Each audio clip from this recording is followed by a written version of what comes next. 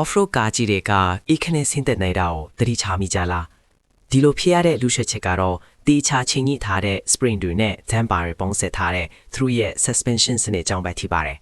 spring တွေကကားရဲ့အလီကျင်ကိုထိန်းထားပေးပြီးရိုက်ခတ်မှုတွေကိုစုပ်ယူပေးပါတယ်ဒီဇိုင်နာတွေကတော့အစင်းလိုက်စနစ်ကိုအသုံးပြုလေးရှိပြီးအဖူးထစ်အသီးလေးတွေအတွက်ဖျော်ပြောင်းတဲ့အပေါ်ဘက် spring ကိုတုံးထားတယ်လို့ပြင်းထန်တဲ့ရိုက်ခတ်မှုတွေအတွက်တော့ပိုရှိပြီးပိုမာတဲ့အောက်ဘက် spring ကတာဝန်ယူပေးပါတယ်အဲ့ဒီလိုအစင်းလိုက်ခွဲခြားထားလာကလမ်းနဲ့တာယာကြားပွတ်တိုင်အားကိုထိန်းပေးတယ်လို့ရုတ်တရက်ဆောင်းအောင်ပြီးရပ်တန့်သွားတာမျိုးလည်းကာခွေပေးပါတယ် short အားစောကလို့ခေါ်တဲ့ damper တွေကတော့ spring တွေပြန်ကန်ထွက်မလာအောင်ထိန်းပေးထားပါတယ်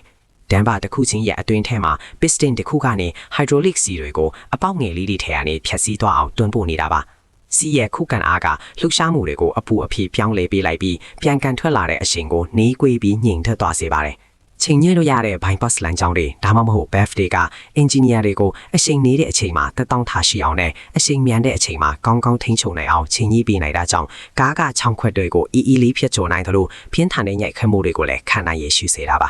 linkage လို့ခေါ်တဲ့ချိတ်ဆက်မှုစနစ်တွေကဘီးတွေကိုတောင်းလိုက်အတိုင်းပဲရွှေ့ရစေဖို့လမ်းညွှန်ပေးပြီး steering geometry နဲ့တာယာရဲ့အမေးပင်ထိတွေ့မှုထိမ့်သိမ်းပေးထားပါတယ်အလွယ်ပြောရရင်တော့အမျိုးမျိုးပြောင်းလဲနိုင်တဲ့ spring တွေ BEV တွေပါတဲ့ damping စနစ်နဲ့သူချတဲ့ linkage geometry တွေကပြင်းထန်တဲ့ရိုက်ခတ်မှုတွေကိုစုပ်ယူပေးပြီးတွန်းခါမှုတွေကိုဖျောက်ဖျက်ပေးတဲ့အပြင်ကားကိုလည်းချောချောမွေ့မွေ့ရှေ့ဆက်သွားနိုင်အောင်ကူညီပေးတာပါ